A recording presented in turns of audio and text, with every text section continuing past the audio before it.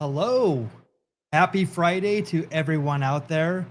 Wanted to go live today and keep the streak alive. I wanted to show some of the things that I've been working on and some of the things I've been talking about. One thing that I wanted to put out there right away, Type Thursday Phoenix is coming June 19th at Dialogue. I'm also putting a call out to volunteers. Anybody that would like to work with me directly and put on this event, definitely contact me. I will put my information in the chat, also in the comments. And I would love to know if anybody would like to help and make Type Thursday Phoenix a success with me, and that would be great. So I'll definitely be talking about more about that. So today I'm going to be doing some AI work. AI has been a big topic in the graphic design world, but also the world in general. Creating images. A lot of people have been creating images in ChatGPT. If you've seen the packaging, the character packaging that people have been doing. There's also been a lot of video around AI. I'm not going to be doing any of that, but that's been actually something that's come a long way in a very short time. But I also wanted to talk about my process a little bit when I'm creating a project or I'm thinking about different things. How do I source my images? How do I go about making sure that I'm not stealing anything, and but also using the technology that's out there. So one of the things that I like to do, let me share my screen right here. So usually the process for me usually starts here, Google. And obviously using Google Images, there's a lot of contingency to how I use these images. I also use other stock photo sources, but sometimes what I like to do is just start here and just do my research. So for instance, if I was to do a let's just do a search on, I'll just put a clown. Okay. So obviously these come up and there's ways of dialing them down. I can make it, let's see here. So here's some fan art. So if I'm going for more of a look that's kind of unrefined, I can do that. Obviously Pennywise is in here, pastels, different types of things that I can get different looks. Usually what I like to do is start like a Pinterest board if I'm doing a certain subject, or I'm doing a branding client that I'm just doing the research. And I'm not really looking for the perfect image. I'm just looking for images to give me inspiration. This Instagram one is a very interesting look. That would be a great way that I could go into this if I wanted to fulfill that type of look. There's also some tools that I also use in here that you might not know about, or some of you might know about. If you go into tools, I think it's going a little bit slow. Oh no, it's down here. So it's right below these little filters right here. So you can actually filter down by size. I usually sometimes if I want to use a big mock-up, I'll usually go for large. I can do medium or icon, which is very small. Let's see what I do when it goes large. So I get some different ones. And when it says large, let's see here. If I just click on this one right here, this second one, taking a second to load here. So if I float over this, it's 1918 by 2556 pixels. So pretty large by web standards. And all of these are going to be those. So this is actually a video. Let's see what this one is right here. 736 by 1173. It's still pixelated as you can see. But again, I'm just looking for looks. You can tell that this one's from DeviantArt. You can tell this one's 100% AI. And that's what another thing that we'll be talking about too. It's like you can actually see AI. At least I can because I'm a graphic artist. I've been one for a long time. So I can tell something that's computer generated. Something like this right here, this Krusty the Clown. It's on Reddit.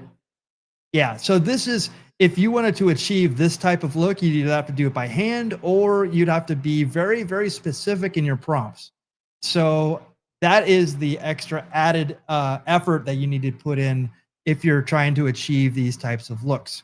Or you can create it on your own, but you can also obviously create it with AI. So those are the considerations. Let me see here. I don't have it on here, but I actually have like a kind of a Google Chrome plugin that actually helps. I can actually go above this large, so it actually can make it by size. So, like for instance, it could be like 20 megabytes or even above. So I can really get really clear as to the type of size of image. Again, right here is usage rights. I can actually filter it by that. I'll just clear that and go back to the beginning. So this is where I start. Again, I just cull images and let me take this one real quick. I may not have it on this computer. If I click on here, let's see if I do. I think that I might. Oh, here we go.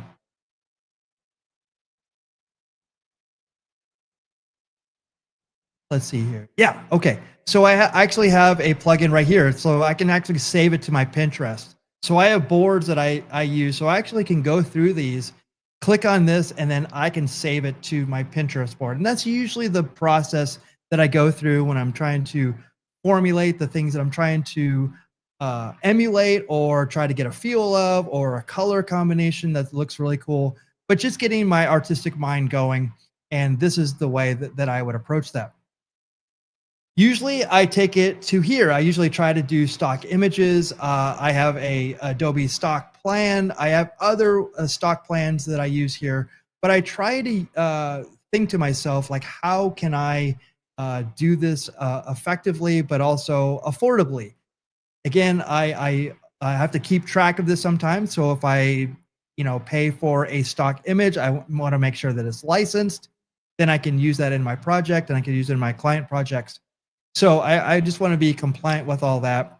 But let's go to here. Let's go to, I mean, now in Adobe Stock, you can do videos. They have a lot of plans here. So what I'm looking for is photos. So if I'm trying to, like we were talking before, like if I'm thinking about a clown image, how can I do that? So you can actually go to images and you can do it right here as well as up here in this bar. But let me just put clown right here. So there's different types of clown. I'm just going to go for the simple clown. Okay. So pretty straightforward. And, different little thing like the clown nose. I can actually go over here to filters. And one thing that I like to do is if I'm usually on my projects, I try to limit the AI that I use in it initially. I don't like to use AI images.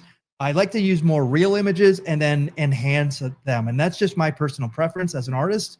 Some of the branding projects that I do, I just want to make sure that I'm using more realistic type of images. You can use AI and anybody can, but a way to do this is right here. It says generative AI. Right here, it says all. And then I can also do generative AI only, but I'd like to use exclude generative AI. So it's going to give me a different type of a selections here. And I can actually go down to orientation. I can do depth of field, different things, and the usage rights. But I'm just going to keep this here for now. If I wanted to do, I'm doing photos right now. But if I wanted to do, well, it says all. But if I just wanted straight illustrations, I wanted to make this into something more vectorized. I could use this. This is interesting because it looks more pixelated, but that says that's as the vector. Same thing with this one right here. So again, this is where I'm more looking for this type of look. So if I click on here, I get this. And I think to myself, well, this is close, but I want some variations. There's actually, I can generate variations in AI to make something similar to this. I can also do what I like to do as well as see more.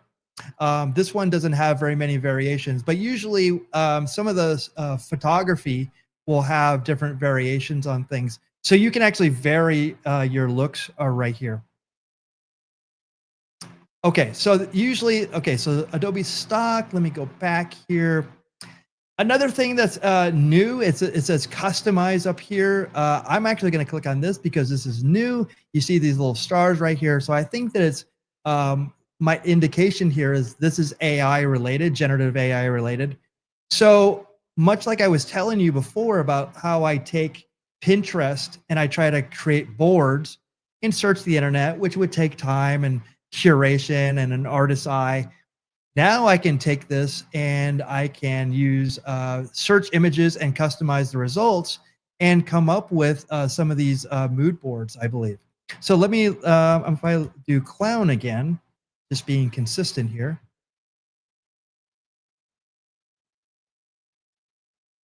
Oh, yeah, I had a dog in there before, so it was showing me the dog. So there's my clowns again. So I can take this and I can remove the background. I can expand the image. I can apply a style to this image.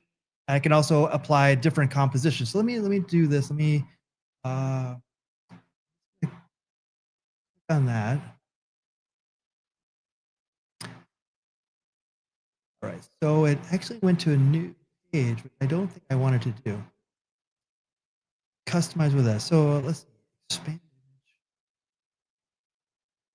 Yeah, so I don't think I'm new to this part of it, so I must be doing something wrong with it. So I'm just going to skip ahead on this one. But I believe that you can take this and make different variations and make kind of like a mood board out of this. But what I'm going to do is I'm going to actually make my own Adobe Firefly images. So you can do that right here. And if I like to look at some of the other images here that people have made and kind of get some inspiration as how to make my prompts. Now, making your prompts, you don't want to be simplistic. You will not get this result from just saying young girl, right? You have to be more detailed in young girl with a headdress, anime style. I think that that's more going to get you in the realm. This one is hyper realistic parrot, close up of head of parrot. Those types of things are going to get you more detailed results. So let me I'm going to do this. I'm going to click on this right here. And when I click on this, it goes to generate video, which is not what I wanted to do. So I'm just going to back out of this. Actually, text to video, of course. So that's probably why that did that. The text to vector, image to video, scene to image. That's a beta feature. Boards is also a beta feature. That's what I was trying to do before. I'm actually going to explore that a little bit more because that looks very interesting. Might save me time in some creating some boards for this. So text to image. If I just click on this right here, right down at the bottom, I can do a prompt. So let's just do let's see, a dog at the beach. Okay, very simplistic, not too much detail. So I'm essentially going to allow Firefly do the thinking for me and create a dog at the beach. So I have not put any parameters on this. I'm just going to push over this blue button, generate. and you will get 4 different images here. And if you look at while this renders, if you look in the general settings over here, I can actually make the aspect ratio. Right now I have it at landscape. I can actually change this to portrait or vertical, widescreen, these different things. I can use a different rendering models. Right now I'm using the Firefly Image 4. This is a premium feature right here, Firefly Image Ultra, which means that it'll be super high resolution. But I'm just going to use this for now because it takes longer to render those. So I'm just going to go for this. And these are some good images, and I did not put too many prompts in here. So what I'm getting here is good for what it is. I can tell as a graphic designer that these are AI generated images, which is just fine, and that's what I'm looking for. But let's make this a little bit different. So a dog at the beach on a towel with a cool drink. Okay, so a little bit more detailed. And so if I generate that,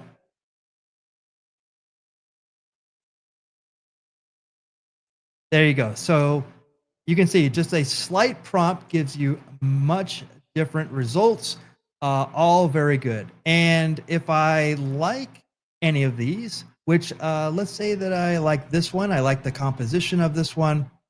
I just clicked on it.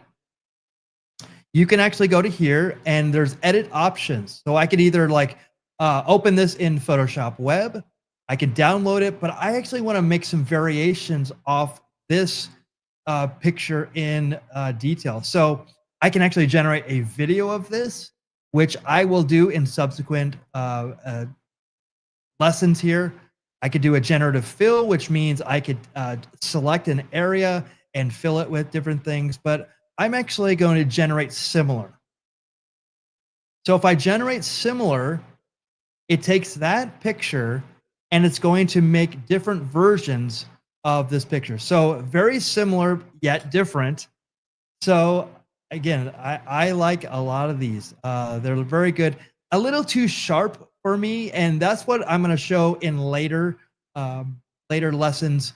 Is again, these are outstanding. And in 2 years that this has been around, where it's come from and where it's at is fantastic. So I can actually essentially, instead of looking for my own stock photography, I could make my own stock photography, use it, and also make type in it. I can actually use it in some packaging. So very, very cool. So I can actually take this, I could download it, I could use it in web. I can actually share the options that I've made. So that is Adobe Firefly, very top level. There's a lot more to this. You could actually make reference images and for your Firefly images. Again, I'll talk about that a lot later, but I want to just kind of overview what I do when I do all this. Another option is DALL-E.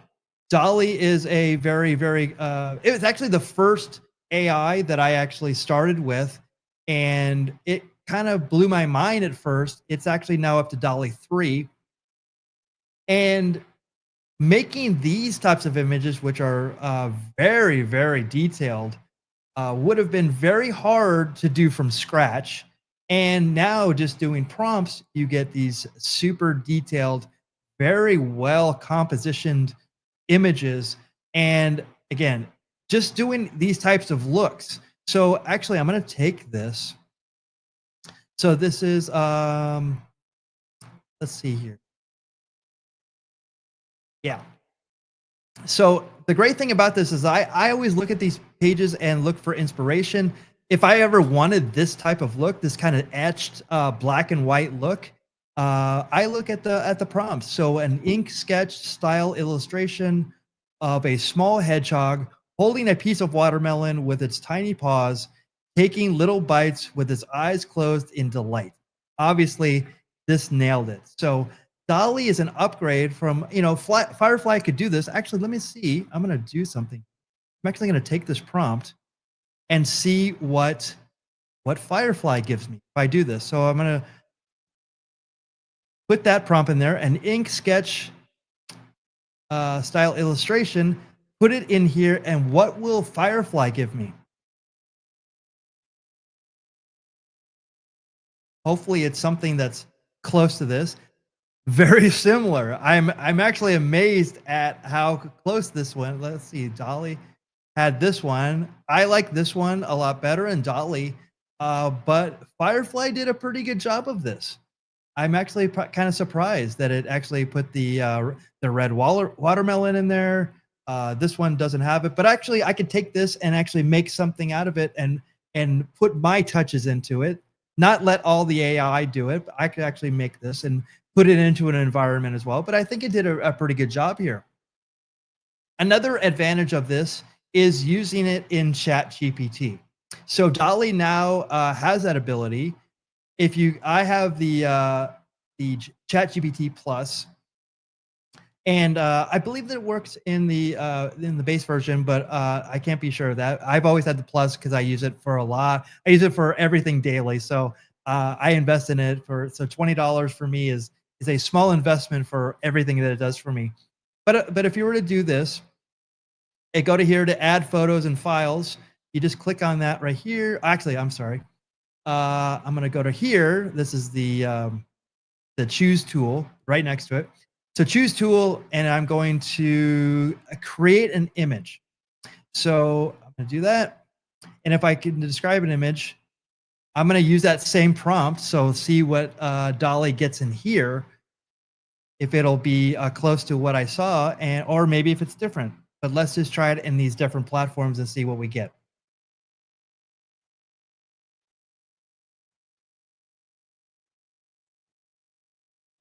So I'm getting two responses.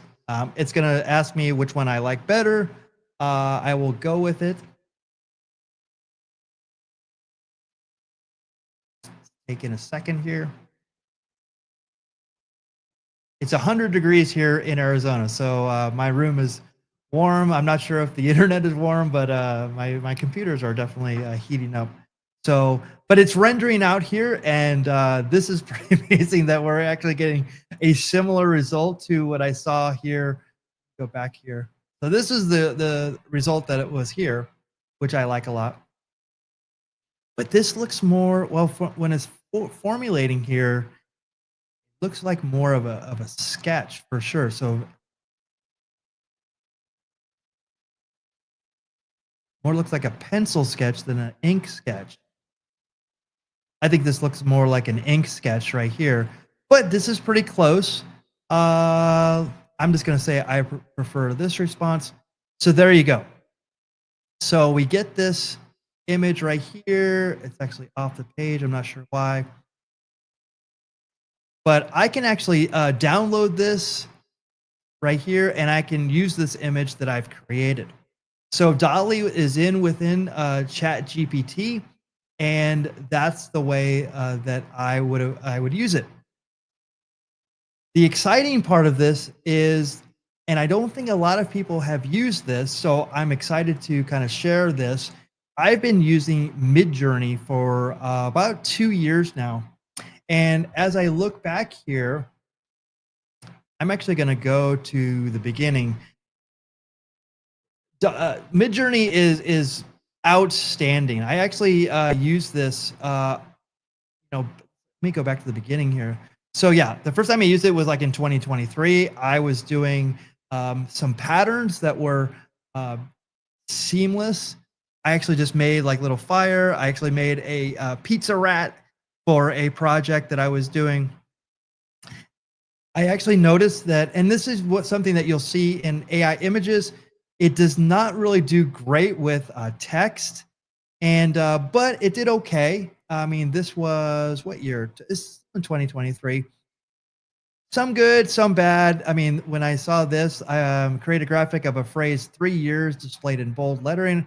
Um, yeah, it just wasn't there yet in 2023. I might re-put in this prompt and see what it could do today. But this was pretty good at the time. Remember, this is a new emerging technology and something that's going to evolve. It's also sourcing different things.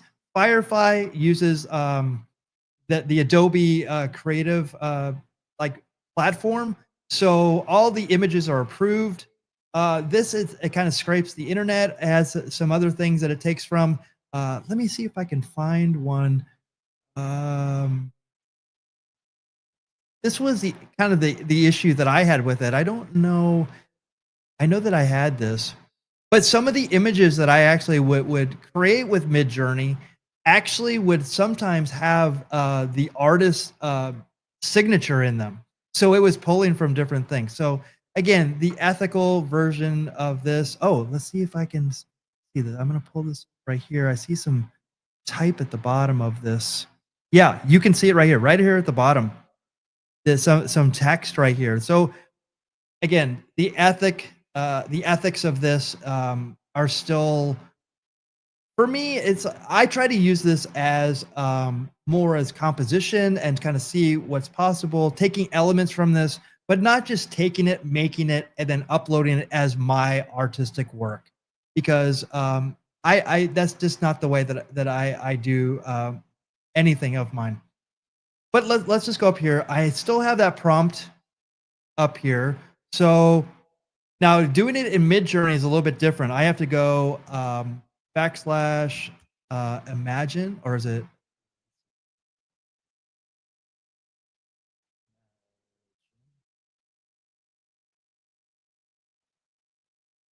or maybe is it, so you just put it in here. Let's see if I get one.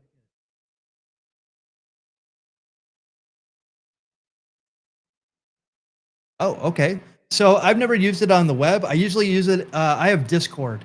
So usually you have to do type in imagine in the prompt. This is amazing that it's very similar to what I'm seeing here from the original Dolly. So that's incredible that it actually did it very similar. Wow, that is too funny. And it's exactly. I wonder if this is sourcing from the same image. Who knows? There must be something out there that made this so good. But um, so if I go to here, and again, I might have to pull up Discord to kind of show you how you can actually change the models. You can change some of the other parameters. I've been watching some of the image creation on there, and this has actually simplified it quite a bit because, like when if I take this, I can actually vary it down here with these little actions. I can actually vary it very strongly, meaning change it incredibly, or very subtle variations. I can upscale it. I can creatively upscale it. I can rerun the prompt or edit the prompt. I can also use it as an image or use it as a style or use this prompt again down here. But what I'm going to do is I'm actually going to go back to. So when I was teaching at a university, one of the things that I did was when it was this was at the beginning of like um, when I was teaching this, a lot of the students were very afraid of AI because they thought, of course, just like I thought, it's going to take over our jobs, right? Um, but my thinking on this is that AI is just a tool. It's much like other disruptions in graphic design. There was, the DSLR, the iPhone, the laptop.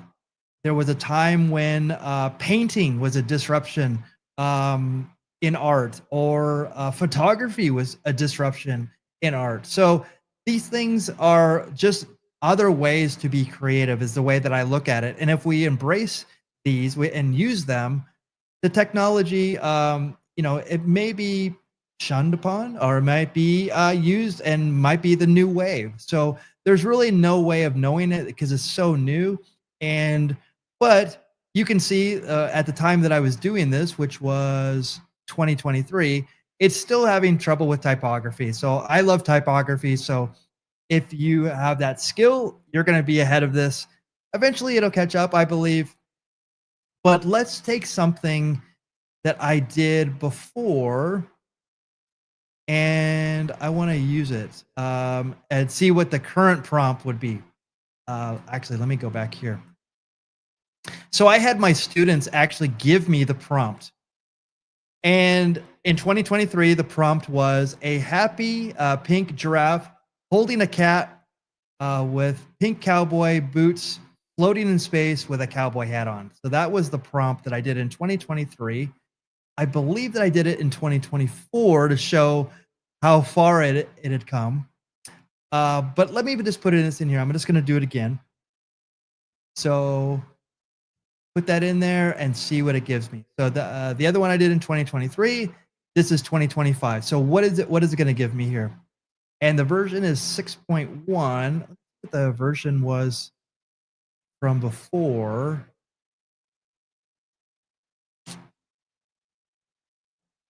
Yeah, the version was 5.1. The stylized was 750. So there you go. So I mean, these are okay. I like the detail on it. Let me see what I got here. Yeah, these are okay. Yeah, that's not great. That boot sticking out there is not great. But again, it's about yeah, I can see like there's three different boots here. I'm not sure what this is.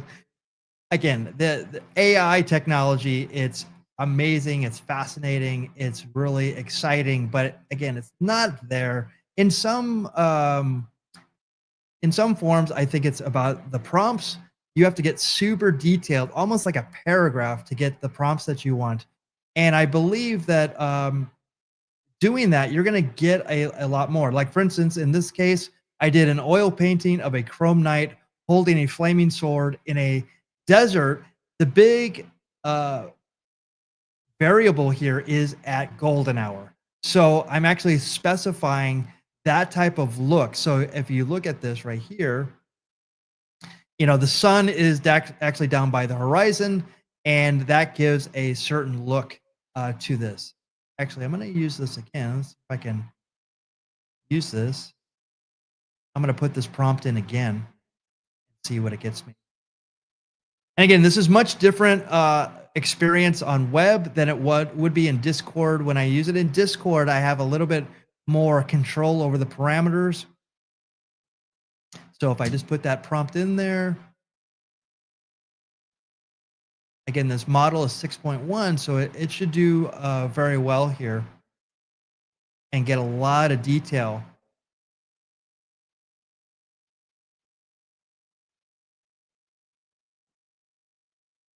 Yeah, so some really interesting looks here. Yeah, I like that one a lot. Oh, that one has like a lot of good reflection on there. Yeah, though the body position's a little wonky, but still very, very cool for what, a couple seconds. Yeah, so I'm just going to take that one. I can do one of two things. So right now I'm just going to take this one. I can either like save the image. I can open the image in a new tab. I can copy the image. I can share the image. But what I'm going to do is I'm actually going to copy the image. And I'm actually going to open up Photoshop.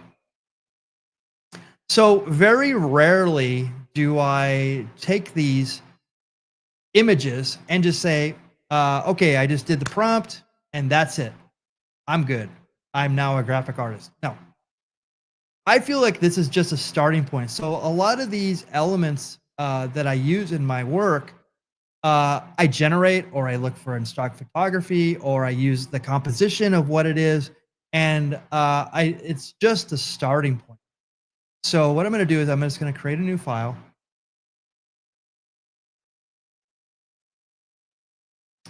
So because I copied it on the clipboard, it's this size. So it matches it. All right, so let's take this, and what we're going to do is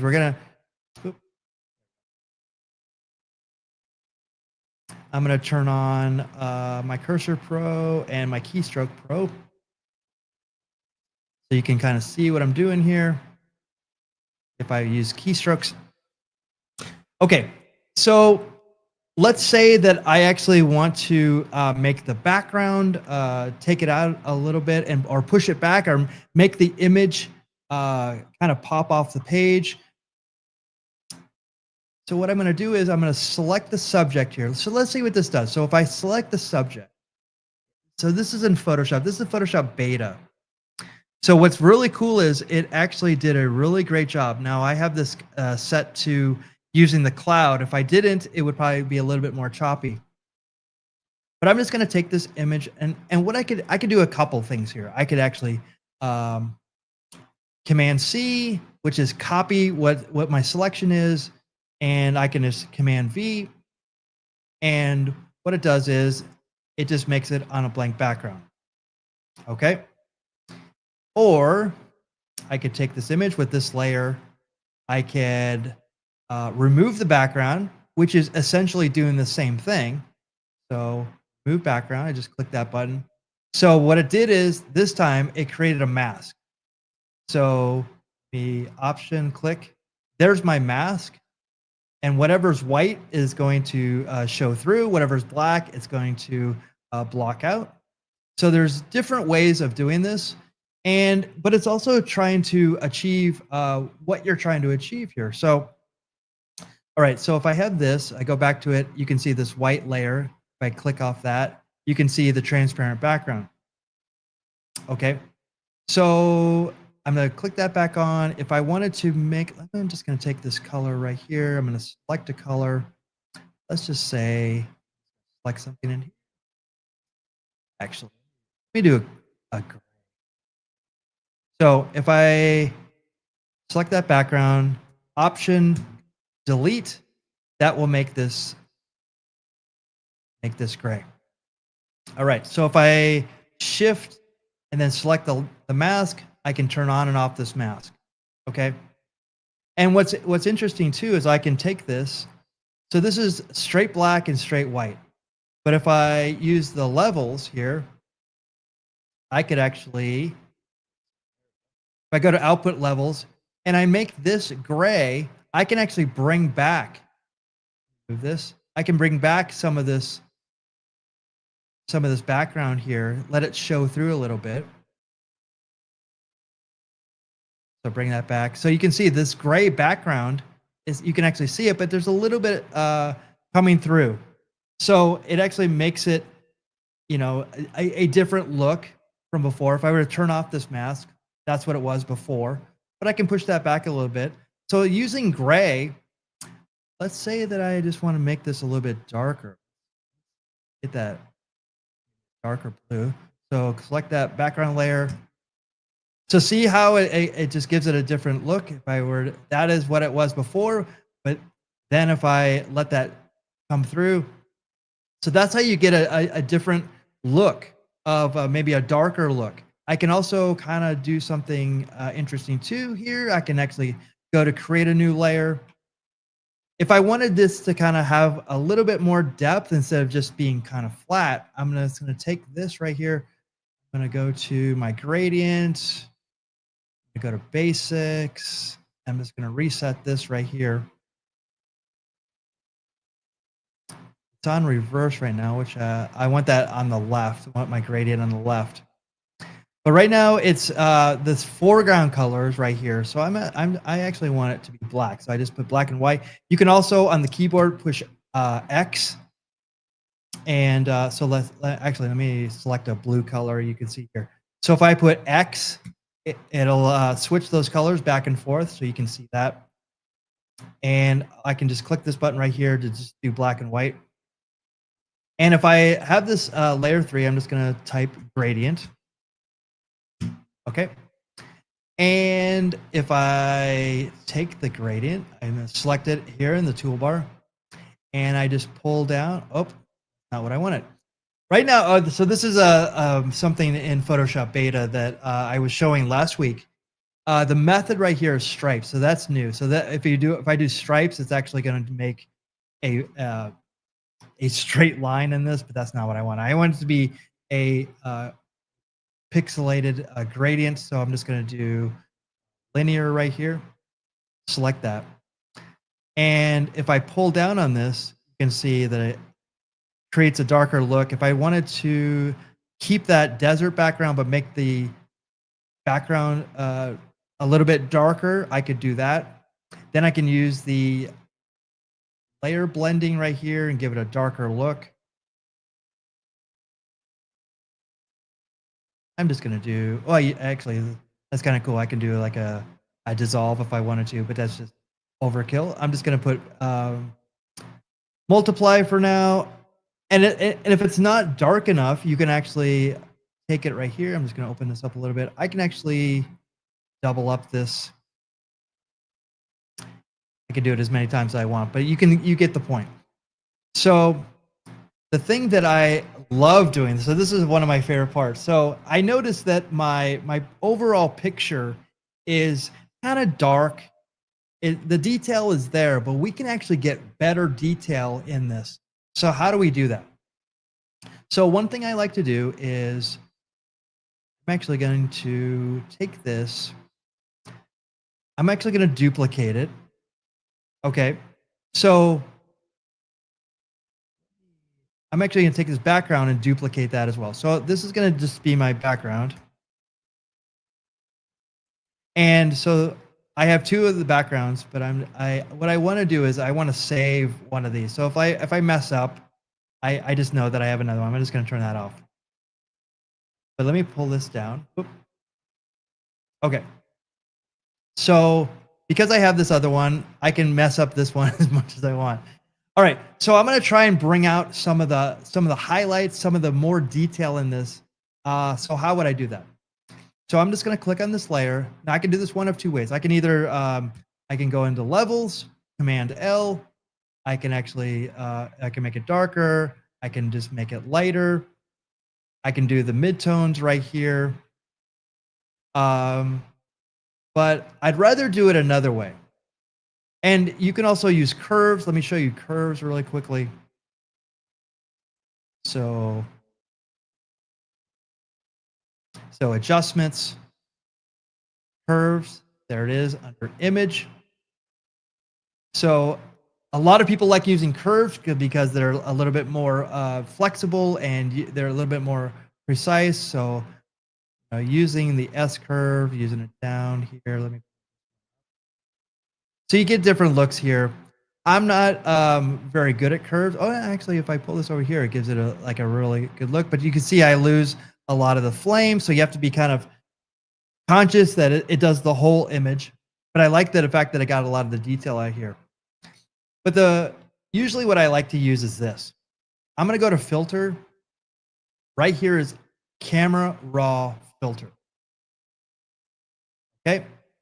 So I love this. So welcome to camera raw 17.3.1. So it just updated recently. So what I like to do is this. Usually I'll just go and I'll auto this right here. I can actually change the exposure, the contrast, so a lot more detail into kind of what I'm doing. It has the whole picture right here because it doesn't do the mask. So I'm just going to go here and I go to color and then white balance. I'm going to put auto. So you can see here, it gives it a little bit of a different feel. The temperature goes down. So if I want to do the temperature, it gives it more of like a kind of a cold feel, but I still want to keep some of that warmness to it. So I have it right there. I go to light and I want to punch up the contrast. You can see that it really good. The exposure, if I up the exposure, I'm going to get a little bit more of those highlights in there so I can see a little bit more of it. And I know that there's more detail in this that I can do. So maybe some clarity. So you can see that I can really get the detail down. I can dehaze this. If I wanted grain in it, if I wanted kind of a gritty look to it, I could actually up the grain to it. You can see right there, it gives it a different look. I'm just going to do it at the highest so you can actually see that. Yeah, so it just gives it kind of just like a gritty, sandy kind of look. It's going to give a little bit of that. You can actually up the detail right here. I can do noise reduction if this was kind of a pixelated or like a JPEG. I can actually make the noise reduction. See what that gives me. So if I had the grain on here, now it's just going to mix the grain into it.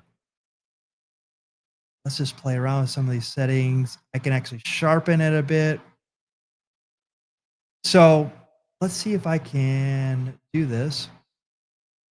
There's these little eyeballs right here, toggle visibility. So that's what we started with. It seems really tough and dingy, but you can see how it brightened it up a lot. So if I push OK right here, okay. So now this has got a lot of vibrance to it. So I may want to pull this back a bit to kind of mix it in and see if I can double click on this gradient fill.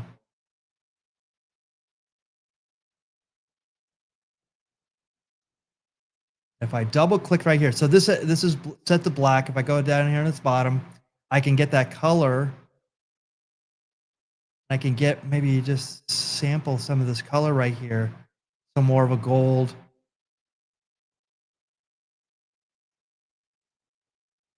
All right, so let's go back to what we started with, which is right here. And now we have this. I still feel like it still needs a little bit of overall. Oh, actually, I take that back because this, I had this one that I did before. So I'm going to pull that one down there. I'm going to save that one. So yeah, so this is how vibrant. Let me go back to this. When I go back to that. So that's the image that we started with. And now we've actually pushed this back a little bit, kind of made a little bit more out of it. I can actually go into here and on the mask, I'm gonna bump up my,